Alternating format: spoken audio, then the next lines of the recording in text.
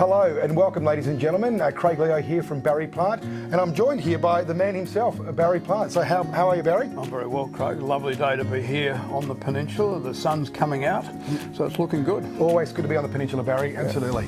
So, Craig, I just wanted to touch on a couple of subjects today with you, but I mean, since the federal election, that's not even a month ago, the whole world's been turned upside down. Every paper you read, every news feed you hear about, the interest rates are going through the roof, the cost of living, the cost of petrol.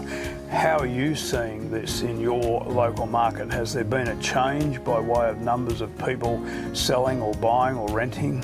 Yeah, look, there's certainly been a notable shift, Barry, that's, without doubt. I suppose what we are seeing at the moment, though, is that the private sales seem to be spending a bit longer on market. Yes. Having said that, our auction clearance rate is still around that sort of high 80s% mark. Yeah. So we're still seeing sales, but certainly numbers have dropped. And Craig, if I just point out to people listening to this, that the mean average of a clearance rate, an auction clearance rate in a market that's perfectly balanced between the seller and the buyer is actually 72%. That was always the yardstick, and so if it's 65%, you know it's more of a buyer's market. If it's 82%, you know it's more of a seller's market. So if you're still up in the 80s, you're doing fantastically well. So do you see that continuing on in the next 6 months? Now, I know the next 6 months you'll lead into summer, you'll lead into Christmas and greater activity, but do you think compared to last year and the year before, your market will be a little quieter, but just slightly less demand in the market?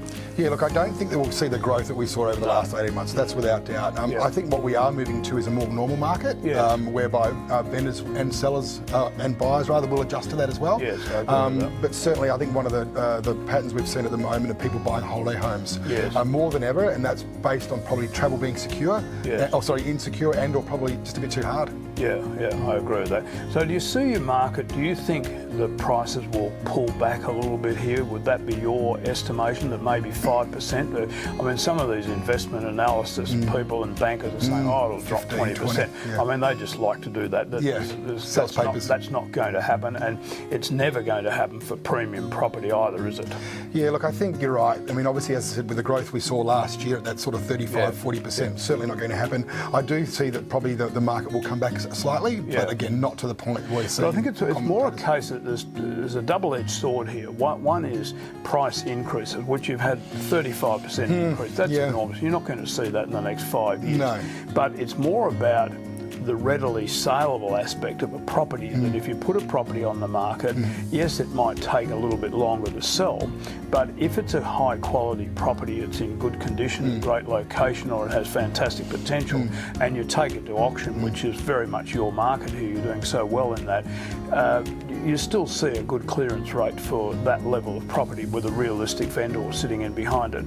Yeah, look, I think you're right. You said earlier before we came on camera that great property gets great prices. It does. But Craig, the other thing, where you're located here in the southern end of the Mornington Peninsula, there's no more new stock coming on board. I mean, you're not about to get a 3,000 lot subdivision coming in on the other side of the hill or anything like that. So you're always limited here with supply and demand, meaning that your supply is not going to suddenly increase by 20% in the next 3 years, is it? Yeah, it's funny you say that. We always say in the office is a bit of a buzzword that we're not making any more land on the peninsula. No, you're not. So that's true. And I suppose you also talk about supply and demand, with people seeing the change in the market, probably a little bit less likely to bring to market. Therefore, they've got less competition as well. And we know that, again, supply and demand. I always say it's like bananas in North Queensland with a cyclone. That's right. It's $14.99 a kilo and they're green. I think the other thing is that we're now in a post-COVID situation where people have realigned their lifestyles, their thinking of what they want out of life for themselves, their family, their children,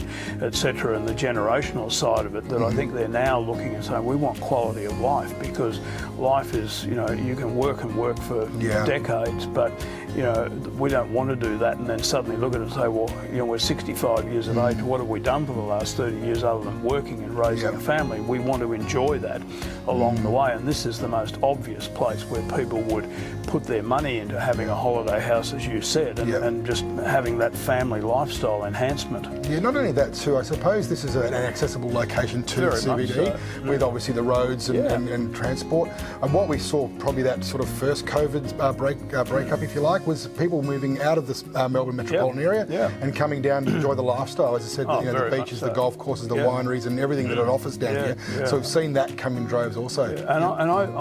My prediction is that will only increase more so over the next decade. I think you're going to see a lot more people just changing their life, and the fact that they've been working from home. That's not. It's going to change by way of the fact they're going back to work, but there now are alternative ways of working, and I think many people living down here might only be going to an office, say 3 days a week, and maybe working the other day or two from home. Yeah, and they can do it. Absolutely, and I suppose we saw that, or the evidence of that, certainly contribute to the growth that we had last year.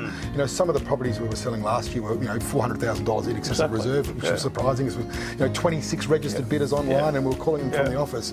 But again, you're right in what you say. I think that this area provides the services required, plus also the fact that it's a beautiful lifestyle to live. And but I think the wrap up of this, Craig, is that this area, the peninsula as such, the solidarity here of real estate. You can read all the doom and gloom you like. You can listen to it on the 6 o'clock news. I made a rule years ago never listen to the 6 o'clock news, and it's a very good thing to do. But I think the key to it is that people listening to this, I think with absolute confidence you can be in this part of the world and not feel that your bricks and mortar values are going to fall through the floor. They're not. They're not in that susceptible market. There are some susceptible markets, and often they're the newer areas where just the mortgage rates are going to bite very hard. People haven't owned their property for very long. They were first home buyers maybe 3 or 4 years ago, and they just haven't quite adjusted to the increase in interest rates that we will get, and also this horrendous cost of living increase, because we've lived in a wonderful decade. The last decade's been very constant, inflation's been very low, interest rates have been at a historical low rate, but they can't last forever, and the world affairs are, there's a bit of turmoil going on everywhere we look at the moment, but I think we're in a very safe spot where we are here. Yeah, look, it's not a high volume area. No. As I said, you've got that great lifestyle down here, and it's where Melbourne comes to play. That's it. Wonderful. All right, Craig, good luck for the couple of years. Good to see you again.